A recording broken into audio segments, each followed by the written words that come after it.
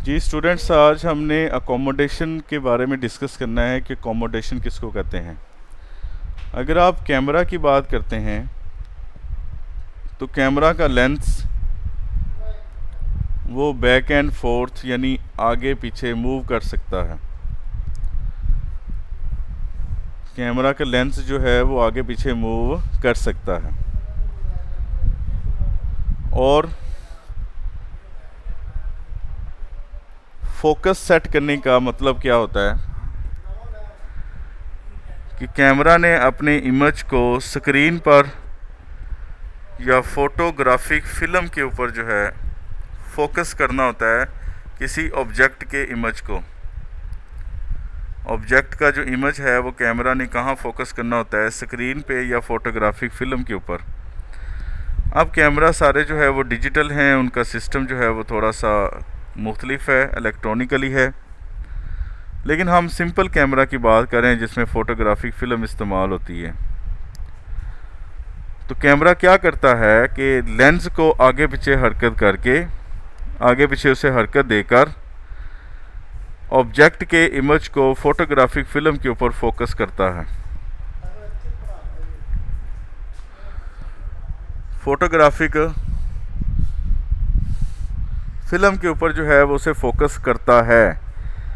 किसी ऑब्जेक्ट के इमेज को जो है वो फ़ोटोग्राफिक फ़िल्म के ऊपर फोकस करने के लिए कैमरा अपने लेंस को आगे पीछे हरकत दे सकता है। इसी वजह से कुछ कैमरा के ऊपर जो है वो ऑटो फोकस लिखा होता है कि ऑटोमेटिकली जो है वो जैसे ज़रूरत पड़ती है उस ज़रूरत के लिहाज से जो है वो लेंस आगे पीछे मूव करता है।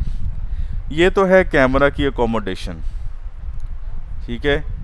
अकोमोडेशन का सेंस के लिहाज से जो मतलब यही है कि स्क्रीन पर या फोटोग्राफिक फ़िल्म के ऊपर किसी ऑब्जेक्ट के इमेज को फोकस करना, उसके लिए कुछ भी करना पड़े, चाहे लेंस को आगे मूव करवाना पड़े या पीछे मूव करवाना पड़े, ये कैमरा की अकोमोडेशन है। अब जब हम ह्यूमन आई की बात करते हैं, इंसानी आँख की बात करते हैं, तो इंसानी आँख जो है वो अकोमोडेशन के लिए क्या करती है, ठीक है। अब इंसानी आँख में जो लेंस इस्तेमाल होता है वो है कन्वर्जिंग लेंस, कन्वेक्स लेंस, ठीक है। अब कन्वेक्स लेंस की ये वाली दो पिक्चर मैं आपको दिखा रहा हूँ, दो डायग्राम आपके सामने हैं, ठीक है। ये इसका जो है वो प्रिंसिपल एक्सिस है, ये इसका प्रिंसिपल एक्सिस है। अब अगर रेज ऑफ लाइट, रोशनी की जो शुआएं हैं, वो इस लेंस में जब पैरेलल दाखिल होंगी तो वो रिफ्रैक्ट होने के बाद किसी दूर के पॉइंट पर फोकस होती हैं। लेकिन इसी लेंस में, दूसरे लेंस में, जब ये रेज ऑफ लाइट पैरेलल दाखिल होंगी तो वो करीब के पॉइंट पर जाकर फोकस हो जाती हैं। वजह क्या है कि इस लेंस का अपर्चर ज़्यादा है, कर्वेचर कम है, ठीक है। अपर्चर क्या है इसका ज़्यादा, कर्वेचर इसका क्या है, कम। कर्वेचर मतलब गुलाई कम है, अपर्चर मतलब बाउंड्री ज़्यादा है, ये वाली, यानी कि यहाँ से लेकर यहाँ तक बाउंड्री ज़्यादा है, ठीक है। इस लेंस में अगर आप देखें तो इसका अपर्चर कम है, कर्वेचर इसका ज़्यादा है, ठीक है। कर्वेचर यानी कि गुलाई ज़्यादा है। तो अब यहाँ पे जो है इसका प्रिंसिपल फोकस जो है वो दूर के पॉइंट पे है, यहाँ पे प्रिंसिपल फोकस करीब के पॉइंट पे है।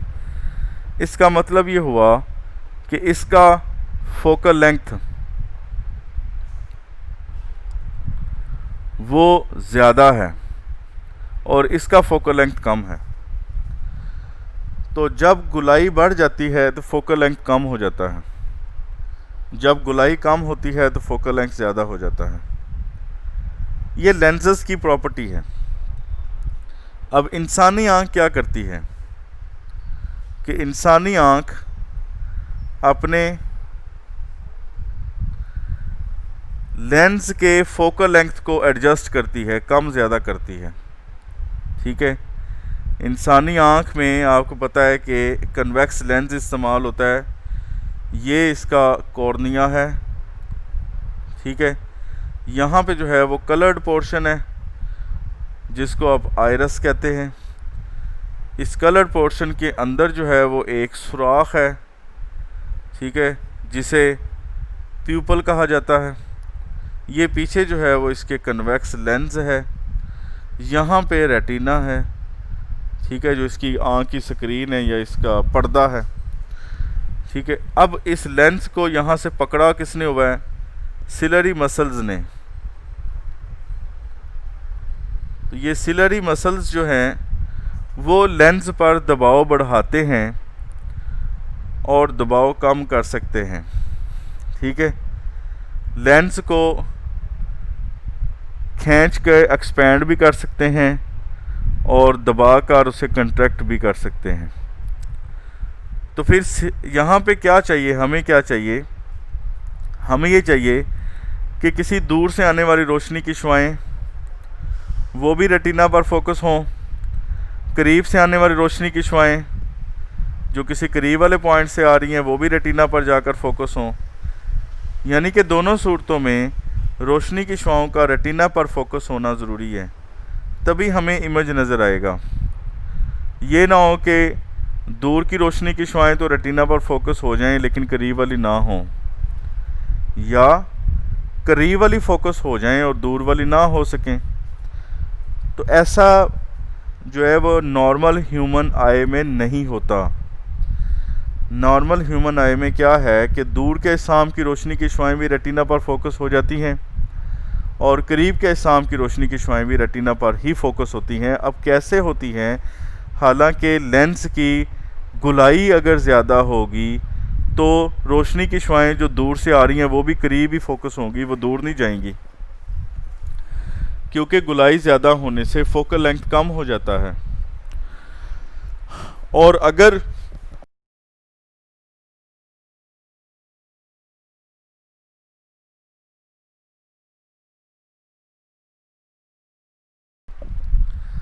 कन्वेक्स लेंस की गुलाई यानी उसका कर्वेचर अगर कम होगा तो फोकल लेंथ उसका बढ़ जाएगा, जिससे दूर की रोशनी की शुआएं रेटिना पर फोकस हो जाएंगी।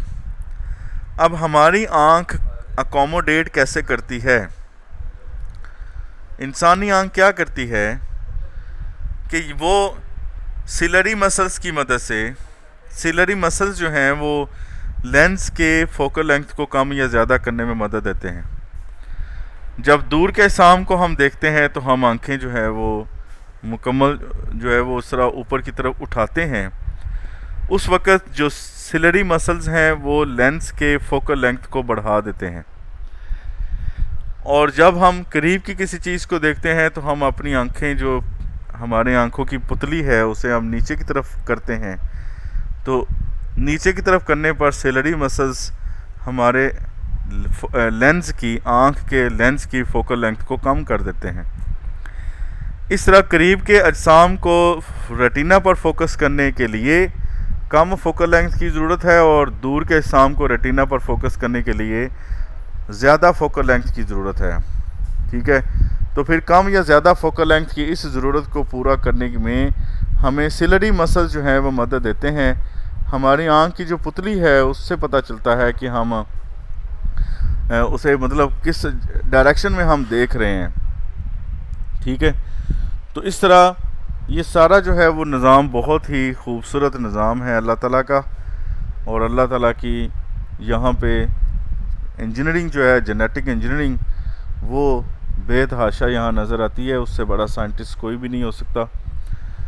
तो अल्लाह ताला ने जो है वो ऐसा निज़ाम बनाया है कि हमारी आँख पलक झपकने के दौरान हज़ारवें सेकंड के हज़ारवें हिस्से के अंदर भी डिसाइड कर लेती है कि किस ऑब्जेक्ट के इमेज को किस तरह रेटिना के ऊपर फोकस करना है। क्योंकि जब हम आँख खोलते हैं या आँख से किसी चीज़ को देखने की कोशिश करते हैं तो हमारे सामने बेशुमार अजसाम होते हैं, बहुत सारी चीज़ें होती हैं, कोई दूर पड़ा है, कोई करीब पड़ा है, तो हर चीज़ हमें वाज़े नज़र आती है। एक नॉर्मल इंसानी आँख को, जिसकी आँख में कोई नुक्स मौजूद नहीं है, कोई बीमारी मौजूद नहीं है, तो उस नॉर्मल ह्यूमन आई को हर चीज़ नज़र आती है, करीब वाली चीज़ें नज़र आती हैं, दूर वाली चीज़ें नज़र आती हैं, बड़ी नज़र आती हैं, छोटी नज़र आती हैं, रंगदार नज़र आती हैं, बगैर रंग वाली नज़र आती हैं, यानी हर तरह की चीज़ नज़र आती है। और ये डिसाइड कौन करता है कि कौन सी चीज़ किस तरह की है, ये सारा डिसीजन जो है वो हमारी आँख के जो सिलरी मसल्स और लेंस की फोकल लेंथ का कम या ज़्यादा होना जो है वो ये डिसाइड करता है कि किस ऑब्जेक्ट के इमेज को कहाँ पे किस तरह फोकस करना है रेटिना पर, किस ऑब्जेक्ट को देखने पर लेंस के फोकल लेंथ को बढ़ाना है और किस ऑब्जेक्ट को देखने पर लेंस के फोकल लेंथ को कम करना है। तो ये सारा डिसाइड जो है वो सिलरी मसल्स करते हैं, और सिलरी मसल्स का तल्लक जो है वो आँख की पतली के साथ है, जो मतलब हम आँख की को ये जो ऊपर आपके जहाँ पे आई लैशेज़ होते हैं इसकी मदद से जो है वो हम देखते हैं, यानी कि इसकी मदद से करीब और दूर के साम को का डिसीजन आँख लेती है। ठीक है, और यहाँ से सिलरी मसल्स हमारे आँख के लेंस को कंट्रैक्ट करते हैं या एक्सपेंड करते हैं। ठीक है, फोकल लेंथ को ज़्यादा करते हैं या फोकल लेंथ को कम करते हैं। तो इस तरह आँख के फोकल लेंथ को कम या ज़्यादा करने से दूर के साम या करीब के साम की रोशनी की शुआओं को रेटिना पर फोकस करने में मदद मिलती है। तो वो अमल, वो प्रोसेस जिसमें हमारी आँख दूर के या करीब के अजसाम को देखने के लिए लेंस के फोकल लेंथ को कम या ज़्यादा करती है, उस प्रोसेस को, उस अमल को हम अकोमोडेशन कहते हैं। ठीक है, उर्दू में हम इसको कहते हैं हम आहंगी। ठीक है जी, इसे अकोमोडेशन कहा जाता है। अकोमोडेशन का जो एक प्रोसेस है वो प्रोसेस हमें बताता है कि कैसे आँख रोशनी की शुआओं को रेटिना के ऊपर लेके जाती है, किस तरह जो है वो आँख के लेंस का फोकल लेंथ कम या ज़्यादा करती है। ठीक है, कैसे जो है वो सिलरी मसल्स काम करते हैं। ठीक है, और लेंस को कंट्रैक्ट करते हैं या एक्सपेंड करते हैं। तो इस तरह ये सारी जो बातें जो है वो हमें यहाँ पर समझने में मदद मिलती है। तो अकोमोडेशन जो है वो एक बहुत ही इंटरेस्टिंग और बहुत ही खूबसूरत प्रोसेस है, जिसमें हमारी आँख जो है वो ऑटोमेटिकली डिसाइड करती है, हमें उसे कहना नहीं पड़ता या हमें दिमाग में सोचना नहीं पड़ता कि वो जिस्म दूर का है तो आँख को हम सोच के बताएं या कुछ सिग्नल प्रोवाइड करें कि आँख का लेंस अब फैल जाए, यानी आँख के लेंस का गुलाई कम हो जाए और उसका फोकल लेंथ बढ़ जाए। हमें कुछ भी नहीं कहना पड़ता, ये ऑटोमेटिकली खुद ब खुद होता रहता है। ठीक है, तो ये एक बहुत ही खूबसूरत प्रोसेस है जिसमें हमारी आँख जो है वो डिसाइड करती है कि किस तरह से हम देख सकते हैं, किस तरह से हम दूर के साम को देखते हैं और किस तरह हम करीब के साम को देखते हैं। ठीक है, it is very interesting phenomena. तो इसे हम अकोमोडेशन का नाम देते हैं। अब अकोमोडेशन की सूरत में ही हमारी आँख जो है वो दो पॉइंट्स के बारे में डिसाइड करती है, एक नियर पॉइंट है और एक फार पॉइंट है। ठीक है, और इसे उर्दू में हम कहेंगे नुक्ता करीब, और फार पॉइंट जो है इसे उर्दू हम कहेंगे नुक्ता बईद। ठीक है, नुक्ता करीब को समझने के लिए आप अपनी बुक पकड़ें और बुक को अपनी आँख के सामने लेके जाएं। ठीक है, बुक पकड़ के आप क्या करेंगे, आप उसे अपनी आँख के सामने लेके जाएंगे और उसके वर्ड्स को, उसकी वर्डिंग को जो है वो पढ़ने की कोशिश करेंगे। तो जब आप उसकी वर्डिंग को पढ़ने की कोशिश करते हैं तो आपको डिस्टेंस का जो है वो लिहाज रखना पड़ता है कि आपकी आँख का किताब से कितना फ़ासला है। ठीक है, अगर आप अपनी बुक को आहिस्ता आहिस्ता करीब करते जाएंगे आँख के, तो आप जो वर्ड्स देखने की कोशिश करेंगे वो वर्ड्स जो हैं वो फैलना शुरू हो जाएंगे, वो ब्लर होना शुरू हो जाएंगे, आपको सही तौर पे वो वर्ड्स नज़र नहीं आएंगे। ठीक है, फिर अगर आप उसको आहिस्ता आहिस्ता दूर करेंगे तो एक जगह ऐसी आएगी जहाँ पे आपको बिल्कुल वाज़ेह इमेज नज़र आएगा।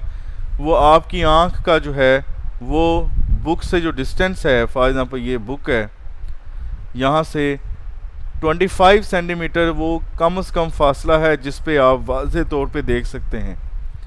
ठीक है, तो 25 सेंटीमीटर जो है वो हमारा कहलाता है नुक्ता करीब, यानी ये वो कम से कम फासला है या ये वो कम से कम फासले पे मौजूद पॉइंट है जहाँ तक हमारी आँख जो है वो किसी जिस्म के वाज़ेह इमेज को देख सकती है। ठीक है, तो ये हमारा कहलाता है नुक्ता करीब। क्या कहलाता है? नुक्ता करीब कहलाता है। अब अगर फार पॉइंट की बात करें तो फार पॉइंट जो है वो बहुत दूर लामहदूद फासले पे भी हो सकता है, यानी कि इन्फिनिट डिस्टेंस पे भी हो सकता है, लामुतनाही फासले पे हो सकता है। यानी अगर आप फ़िज़ा की तरफ देखें तो आपको जो है वो फ़िज़ा में मौजूद मुख्तलिफ़ हाइट्स पर मौजूद चीज़ें भी नज़र आती हैं। बहुत हाइट पे उड़ता हुआ कोई परिंदा भी नज़र आ जाता है और बहुत ज़्यादा बुलंदी पे उड़ता हुआ हवाई जहाज़ भी नज़र आ जाता है। इसके अलावा बादल भी नज़र आ जाते हैं और रात के टाइम जो है वो सितारे भी नज़र आ जाते हैं। यानी कि आपकी आँख लामहदूद फासले तक देख सकती है। ठीक है, तो डिस्टेंस जो है वो बहुत ही मैटर करता है कि कोई ऑब्जेक्ट आपसे कितनी दूर कितने फासले पे पड़ा हुआ है। ये बातें मैंने पहले भी आपको बताई हैं कि डिस्टेंस की वजह से हमारी आंख पर उस जिस्म से निकलकर रोशनी की शुआएं एक एंगल बनाती हैं और उस एंगल से हमें पता चलता है कि वो ऑब्जेक्ट बड़ा है या छोटा है, हमें किस तरह का नज़र आ रहा है। ठीक है, वो एंगल डिसाइड करता है। तो डिस्टेंस की वजह से ऐसा एंगल कम होता है या ज़्यादा होता है। तो नुक्ता करीब और नुक्ता बाईद क्या होते हैं कि नुक्ता करीब वो कम से कम फासले पे मौजूद एक पॉइंट है जो जहाँ पे जो है वो हमें कोई ऑब्जेक्ट जो है वो वाज़े क्लियर जो है वो नज़र आता है। ठीक है, वो उसका नुक्ता करीब कहलाता है। और फार पॉइंट नुक्ता बाईद वो पॉइंट है, वो नुक्ता है जहाँ तक हमारी इंसानी आँख जो है वो दूर जो है वो देख सकती है। करीब तरीन फासला जो है वो 25 सेंटीमीटर है और दूर तरीन जो फासला है बाईद नुक्ता बाईद जो है वो लामहदूद फासले पे होता है। ये नॉर्मल ह्यूमन आई की बात है। अगर किसी आँख में कोई डिफेक्ट पैदा हो जाए, कोई नुक्स पैदा हो जाए, तो उनके ये नुक्ते जो हैं वो डिस्टर्ब होते हैं। ठीक है, किसी आँख में अगर नुक्ता करीब जो है वो नुक्ता बाईद की जगह पे चला जाए, नुक्ता बाईद नुक्ता करीब की जगह पे आ जाए, तो फिर उसमें डिफेक्ट पैदा हो जाता है। फिर हमें चीज़ें वाज़े नज़र नहीं आती। फिर कुछ लोग कहते हैं जी मुझे दूर के शाम नज़र नहीं आते, कुछ कहते हैं जी मुझे करीब के शाम नज़र नहीं आते। ठीक है, तो इस तरह ये जो है हमारी आँख के अंदर जो है वो नुक्स बन जाता है, एक जो है वो बीमारी बन जाती है, जिसकी वजह से अकोमोडेशन जो है वो डिस्टर्ब होती है और हमारी आँख जो है वो अकोमोडेट नहीं कर पाती। ठीक है, तो अकोमोडेशन का जो प्रोसेस है वो बहुत ही इम्पोर्टेंट है हमारी इंसानी आँख के लिए, जिससे हमें डिसाइड होता है कि कौन सी चीज़ जो है वो कहाँ पे हमें नज़र आएगी। ठीक है, तो इस तरह अकोमोडेशन जो है it is very very important for the human आई के लिए अकोमोडेशन का होना बहुत ज़रूरी है, जिससे ये डिसाइड करने में मदद मिलती है कि कौन सी चीज़ जो है वो कहाँ पे पड़ी हुई है, उसे कैसे देखना है, फोकल लेंथ कैसे कम ज़्यादा होना है।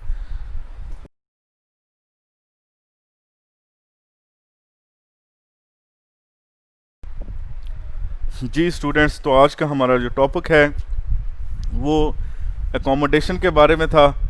हमने उसको कंपेयर किया है कैमरा की अकोमोडेशन के साथ और फिर देखा है कि ह्यूमन आई की अकोमोडेशन कैसे होती है।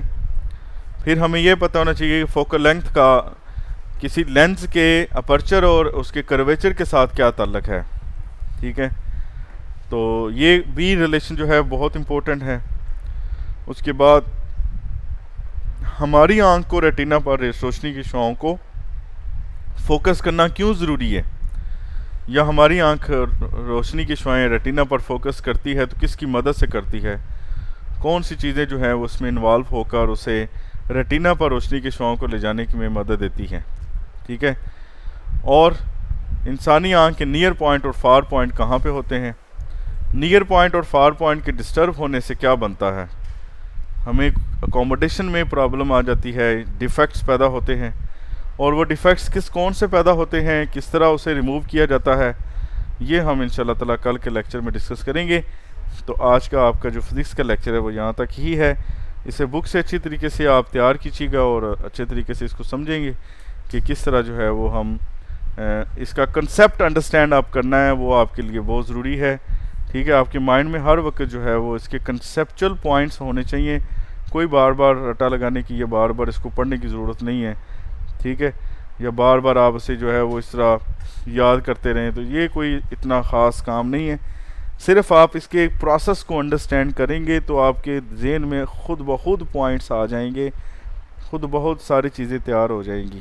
ठीक है, इसको याद करना, तैयार करना बहुत ही आसान है। सिर्फ आप अपनी सोच को सामने लाएं, अपनी अंडरस्टैंडिंग को सामने लाएं, तो आप आसानी के साथ जो है वैसे याद कर सकते हैं। बाकी जो काम इसमें प्रैक्टिस करने वाला है वो फिगर्स का है। वो फिगर्स बना के आपने देखनी है, फिगर्स ड्रॉ करना, फिगर्स को अच्छे तरीके से बनाना, ये बहुत इंपॉर्टेंट है। ठीक है, लो जी, अब इजाज़त दीजिए, मिलते हैं नेक्स्ट लेक्चर में। अल्लाह हाफिज़।